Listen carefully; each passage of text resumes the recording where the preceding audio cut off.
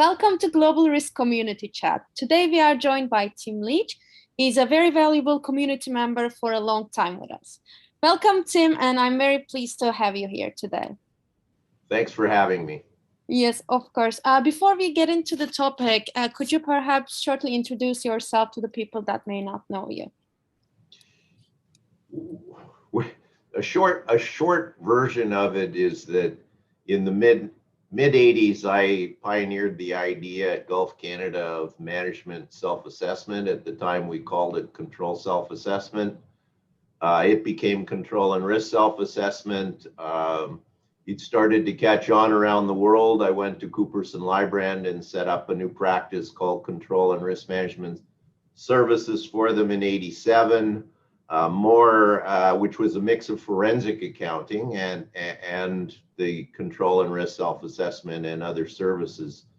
I was approached by a British company, the Ambrose Bank, set up a subsidiary for them in Canada, set up my own company in '91. By then, the world was getting very excited about the notion of control risk self-assessment.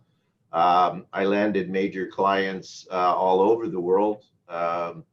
Mid 90s, I picked up KPMG as a global distributor in 22 countries. People were very excited about the idea of management owning and taking responsibility for real-time assessing and thinking about the appropriateness of their current risk and controls designs and the risk they faced. We got into the software business in '97. I launched a software product called CardMap. CARD stood for Collaborative Assurance and Risk Design. All of our products were branded on that. And again, great success all over the world. I ended up selling that company to Paisley Consulting in 2004, which is now Thomson Reuters. I was their chief methodology officer for 3 years. Since then, I've worked on what I call my second generation of thinking, which is now called objective-centric risk and certainty management. And I've spoken the global risk community in the past, and it's been great. It has helped expose the ideas more widely around the world. Wow, that's a lot of years of experience I hear all around as well. That's very nice. Can you maybe tell us a bit more about what have you been up to lately? I've seen some of your latest posts, of course. I believe there was one on 2 simple questions boards should be asking to change the face of risk governance globally as well. Perhaps could you get into it? Thanks for that. The 2 questions that every board should be asking are the theme of an article that will soon be out in Ethical Boardroom, which is a UK-based publication with broad coverage in Europe, Middle East, Africa, to a lesser degree, Asia Pacific. I've also written, and for those who want to follow what I write, they could start by connecting with me on LinkedIn. When they do that, they get general feed. They see each post that I do as I write it. So I have 4,500 connections around the world, board directors, chief risk officers, chief audit executives, a wide range of people that are my connections. So every time I issue a post on LinkedIn, it goes out to that general feed. Another way, if you want to look at, I've been writing extensively and promoting the business case for objective-centric risk management for a long time. You can join the discussion group that I manage on LinkedIn. It's called, not surprisingly, Objective-Centric Risk and Certainty Management. So those are all ways that you can get the 2 questions did stir up quite a lot of interest. Probably though, if I was to look at what's really stirring up the world, it would be yesterday's post. Yesterday's post on LinkedIn was titled, "How could the world have gone so wrong understanding what the words risk management mean?" And that one has gone viral all over the world. Just an amazing response.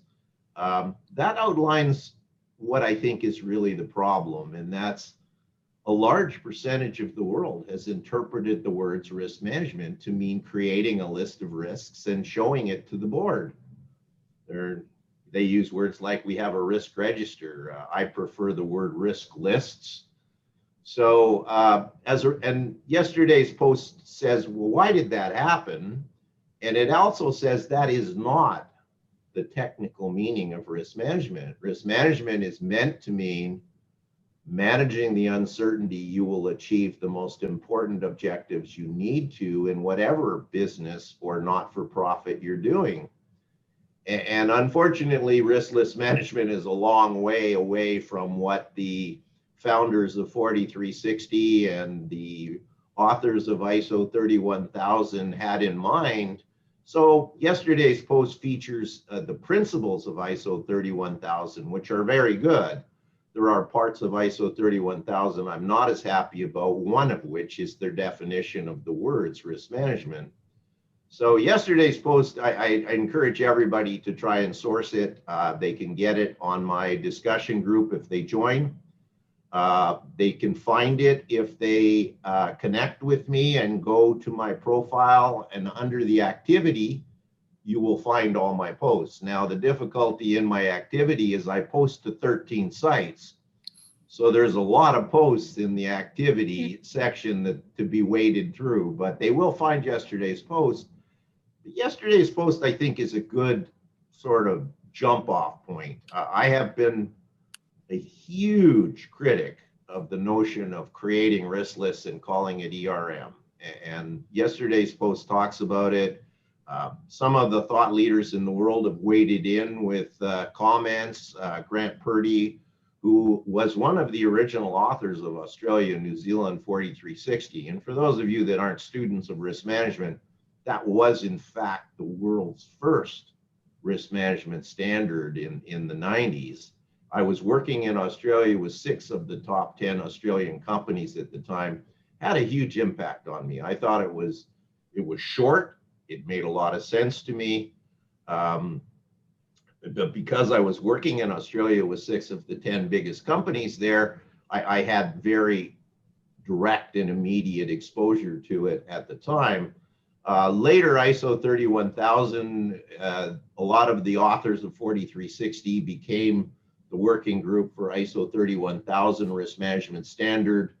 A lot of the principles were carried forward. Unfortunately, some of the ways these standards are written, if you really want to try and justify why creating a risk list is consistent with them, you might be able to succeed, because in my view, sometimes these standards are written to allow risk list management, which is unfortunate. The evidence is all clear. CEOs and boards rarely make any significant decisions using those risk lists that they get or those risk profiles. It's inconsistent with the technical definition of the word risk, the effect of uncertainty on objectives. So the risk list management, frequently you don't know what objective it is they're talking about, and it certainly isn't assessing the composite effect. The average objective has 15 to 20 significant risks. So when you create a risk list, you pluck 1 or 2 of those risks out, stick it in a risk register, and then everybody fixates on it. So technically, it's actually dangerous. So it's sad, and yesterday's post, I say to chief risk officers and chief internal auditors, you have to correct this understanding. I know that'll be a difficult discussion, because many times the chief audit executive or the chief risk officer has caused the board to believe that enterprise risk means managing a list of risks. So it's a tall order to go and say, gee, remember what I've told you for the last 15 years? Forget all of that. It's taken us down a bad path. I hear that there is a lot then going on that understandably stirring right now the risks community, from what I understand. And yeah, there's a lot to read about. Since we are running out of time, is there maybe one takeaway point you can suggest our audience, or one most important thing that they can focus on if you were to summarize it in few sentences right now that risk managers can, start doing right now? Well, I'd have to say, and this is a bit harsh, I'd have to say that the existing risk community, including chief risk officers, has caused the world to believe that ERM means creating a list of risks and managing it. It's their obligation to society to fix that. It is not what risk management should be. It never was what risk management was intended to do, which is to help executives and boards make better decisions. So that's the takeaway. You made this mess, try and fix it. I hope that your words reach out to a big audience and there are better changes towards it. Then I have one last question, because you're, of course, a member in our community for a long time. Do you have any comments on being a part of it, or in general being a part of a risk community? Well, I was excited when I was asked to do the session with Boris originally. I've done a lot of work in the Netherlands, where it's based out of in Europe, and in the 90s and 2000s, I had distributors all across Europe, and it was an opportunity to get to an audience that was not North American predominantly. I know that there are North American members, but the focus is Europe. I think Europe is a great place to try and bring in some new ideas. It was very receptive in the 90s to the idea of control risk self-assessment. So belonging to these groups is important. However, I recognize that a lot of your members are traditionalists. They have brought in risk management frameworks that are risk-centric, that use risk lists, that show their boards risk profiles. However, joining the community gives me an opportunity to try and convince them that that is not what's best for society or for their clients or for shareholders. So I need to be part of the communities where the traditionalists live and work and listen. And whether that's the Institute of Internal Auditors or the Global Risk Community or any of the major mainstream risk institutes and associations, we need to convince all of those people that have taken the notion that risk management means managing a list of risks and get on to a better track. I see. Well, we always look forward to people like you that wants to innovate or, like put it on the right track as well. So that's always great to hear. And from my behalf, I thank you for being a part of our community and also joining us today. Thank you very much. Hopefully my message isn't too sharp for those that are a little sensitive. Hopefully not, but I personally enjoyed it a lot. Thank you so much. Thanks a lot for the opportunity.